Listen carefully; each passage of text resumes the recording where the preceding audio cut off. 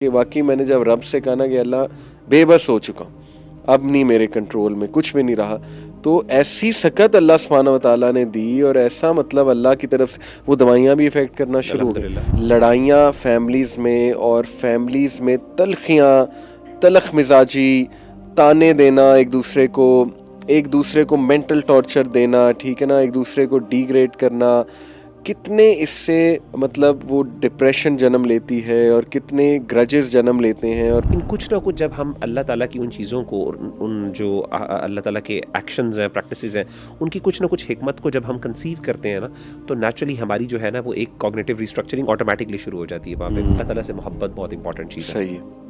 अल्लाह से मोहब्बत, जैसे इब्न क़य्यिम ने कहा था ना, वो अल्लाह से कनेक्शन, ये एक दिल की ग़ज़ा है, रूह की ग़ज़ा है। व्हाट मैटर्स इज़ कि आपने अल्लाह ताला से कनेक्ट किया है, अल्लाह ताला आपको कोई ना कोई रास्ता भी निकालेंगे, आपको इमोशनल स्टेबिलिटी भी मिलेगी, आपको इसी तरीके से अल्लाह पे तवक्कुल और खैर का आपका एक पैराडाइम शिफ्ट भी होगा, आपका जो वर्ल्ड व्यू भी चेंज होगा और आप चीज़ों की एक असल यानी अल्लाह की हिकमत को भी अल्लाह ताला आपको बसीरत अता करेंगे, आप उनकी हिकमतों को समझोगे और उससे आपको दिल को सुकून और इत्मीनान भी मिलेगा। सबसे पहले तो गो टू अल्लाह, सजदा करें लंबा, इस्तग़फ़ार करें, अल्लाह के आगे रोएं, बहुत ज़्यादा रोएं कि अल्लाह मेरे से गलती हो गई है, मुझे नहीं समझ आ रही मैं क्या करूं, मैं बिल्कुल मगलूब हो चुका हूं, अल्लाह बस मेरी मदद फरमा दे यार, अब मैं तुझी पे रिलाय करता हूं। मैंने खुद दुआओं का असर देखा है, सुभान अल्लाह। मैंने एक जो है ना वो इसी तरह बंदे थे, उनको नींद नहीं आती थी, इंसोम्निया था और बहुत शदीद डिप्रेशन, गोलियां भी खा रहे थे, सब कुछ चल रहा था। मैंने वैसे ही मैंने कहा देखो आप ये सब कर रहे हैं, अच्छी बात है, चलो मैं एक एडिशन कर देता हूँ, इस दुआ को पकड़ लें, एग्जैक्टली। रब्बी इन्नी मगलूब फंतसिर, हज़रत नूह अलैहिस्सलाम की दुआ। और मैंने कहा इसको फील करके जो है ना पढ़ो, इसको ना फुल उससे पढ़ो, दिल से। तो सुभान अल्लाह, कैन यू बिलीव इट कि उसने मुझे मिरेकुलस इम्पैक्ट इस दुआ के बताया कि वाकई मैंने जब रब से कहा ना कि अल्लाह बेबस हो चुका हूँ, अब नहीं मेरे कंट्रोल में, कुछ भी नहीं रहा, तो ऐसी सकत अल्लाह सुब्हानहू व तआला ने दी और ऐसा मतलब अल्लाह की तरफ से वो दवाइयाँ भी इफ़ेक्ट करना शुरू हो गई। तो ये होलिस्टिक एक जो है ना वो इलाज होना चाहिए इसका। तो just to wind up quickly, कुछ और मैं चाहूँगा हम नसीहत करें, जैसे लड़ाइयाँ फैमिलीज़ में और फैमिलीज़ में तलखियाँ, तलख मिजाजी, ताने देना, एक दूसरे को मेंटल टॉर्चर देना, ठीक है ना, एक दूसरे को डिग्रेड करना, कितने इससे मतलब वो डिप्रेशन जन्म लेती है और कितने ग्रजेस जन्म लेते हैं। और फिर अल्टीमेटली आपने देखा है ऐसी फैमिली में सुसाइडल केसेस भी आपको जो है ना वो बहुत मिलते हैं। तो खुदा के लिए हम रिक्वेस्ट करेंगे पेरेंट्स से भी कि अपनी ज़बानों में नरमी लाएं, सब अपनी ज़बानों में नरमी लाएं, अपने लहजों में नरमी लाएं, प्यार दें एक दूसरे को। इसमें मैं चाहूँगा आप भी ज़रा डांटें, मैं तो कहता हूँ। आखिर मैं इसमें कहता हूँ कि दो तीन चीज़ें मैं समझता हूँ सोल्यूशन के हवाले से, अगर आप बात करें ना स्पेसिफिकली, तकदीर का जो अकीदा है ना, अल्लाह की कुदरत, उसको ज़रा समझें ज़रूर और उसके बारे में पढ़ें। बल्कि मैंने एक रिसर्च पेपर भी लिखा था इस पर एक स्कॉलर के साथ मिलके, और वो पब्लिश हुआ बड़े अच्छे जर्नल के अंदर, इंटरनेशनल जर्नल के अंदर।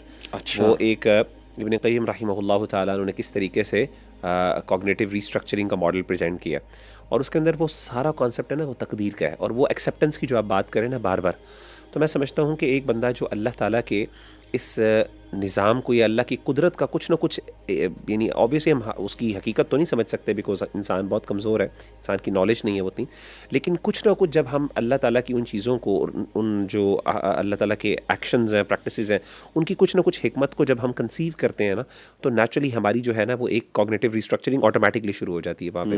तो the first thing I would suggest is कि तकदीर के कॉन्सेप्ट को ज़रूर समझें, नंबर वन। नंबर टू ये है कि मैं समझता हूँ कि अल्लाह ताला से मोहब्बत बहुत इंपॉर्टेंट चीज़ है। सही। अल्लाह से मोहब्बत, जैसे इब्न क़य्यिम ने कहा था ना, वो अल्लाह से कनेक्शन, ये एक दिल की ग़ज़ा है, रूह की ग़ज़ा है। और हमारे नज़दीक जैसे हमने बात की कि एक मुसलमान के नज़दीक सिर्फ माइंड बॉडी नहीं बल्कि सोल भी है। माइंड के साथ बेसिकली जो दिल है वो ज़्यादा इन्फ्लुएंस, अगर आपका दिल अगर इदा सलुहत सलुहल जसदु कुल्लुहु, जब दिल सही है तो आपका पूरा जिस्म ठीक है, आपका दिमाग भी ठीक है, आपके ख्यालात भी ठीक है। लेकिन वहाँ पे अगर प्रॉब्लम हो रही है बार बार, तो अल्टीमेटली कोई ना कोई प्रॉब्लम होगी। तो अल्लाह के साथ कनेक्ट करना अल्टीमेटली इसमें खैर है। और मैं समझता हूँ कि बाज़ बड़ी बड़ी बीमारियों से इंसान बाहर निकल आता है इस वजह से, बेशक वो डायरेक्ट कॉज हो या इनडायरेक्ट कॉज हो, डजंट मैटर।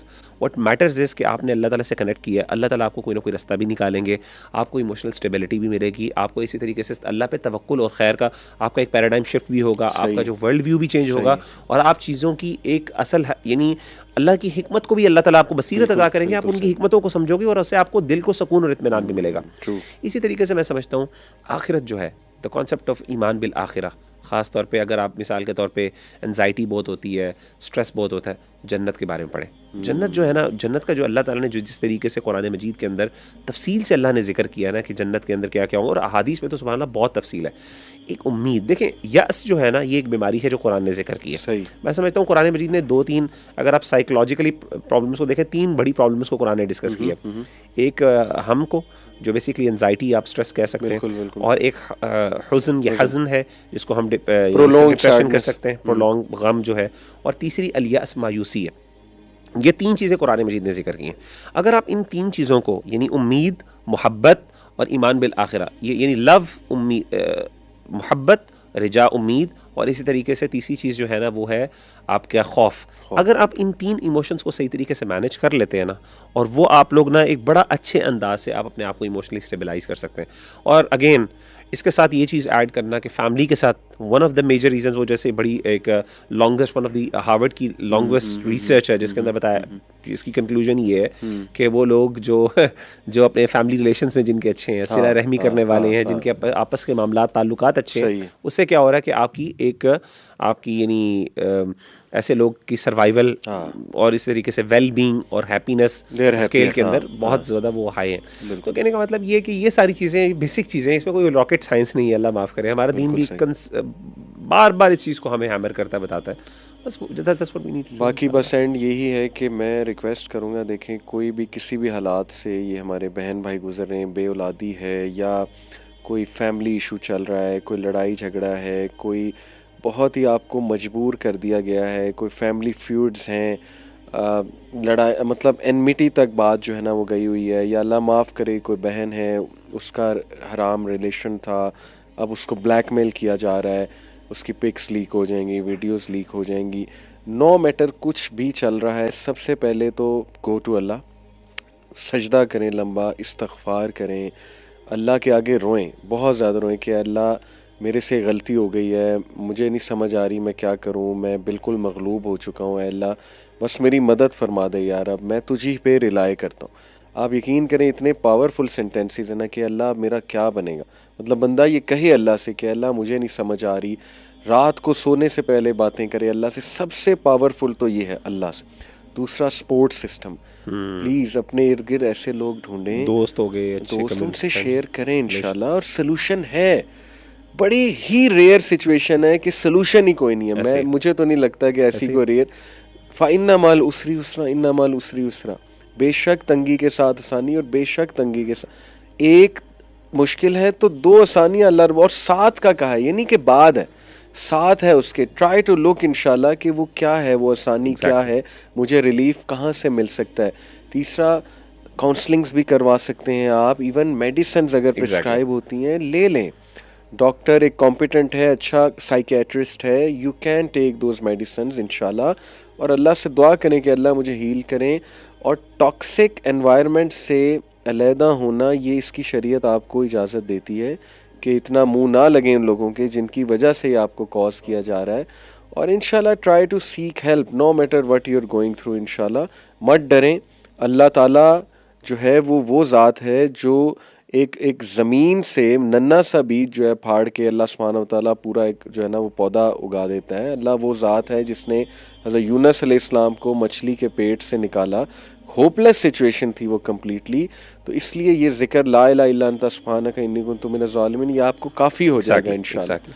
तो ये होपलेस ना हो हमारी यूथ, अज़कार, दुआ, इसी तरीके से दीन की तरफ देखिए। खैर इसमें है, कंक्लूजन ये है कि दीन की तरफ पलटे, सीधी सी बात है, उसमें आपको कोई ना कोई खैर मिलेगी, आपको हमेशा बेहतरी मिलेगी, और आपको एटलीस्ट अल्लाह ताला आपके लिए कोई रास्ता खोल देंगे जिससे आपको एटलीस्ट अपनी बीमारी को आप ओवरकम कर सकें। और एक आखिरी बात, मुझे कल ही एक यूनिवर्सिटी में एक स्टूडेंट थे, उन्होंने कहा कि sir I have no help, मतलब मैं अपनी बातें शेयर करना चाहता हूँ, आई want to get out of this situation but no one is there to listen to me, no one understands me।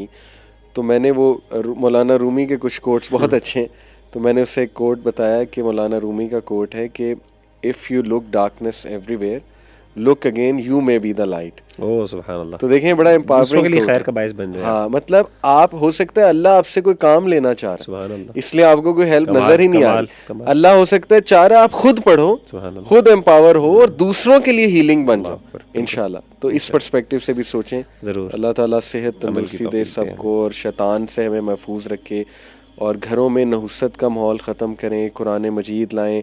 ये म्यूज़िक और ये सारी चीज़ें जो है ना नहुसत लाती हैं, नहुसत से फिर डिप्रेशन, वो उसका आफ्टर इफ़ेक्ट है एक। तो अपने घरों में भी इस्लामिक माहौल लाएं, कुरान मजीद की तिलावत चलाया करें इंशाल्लाह। अपने बच्चों को समझें, अगर किसी को डिप्रेशन है प्लीज़ समझें, एम्पैथी दिखाएं इंशाल्लाह।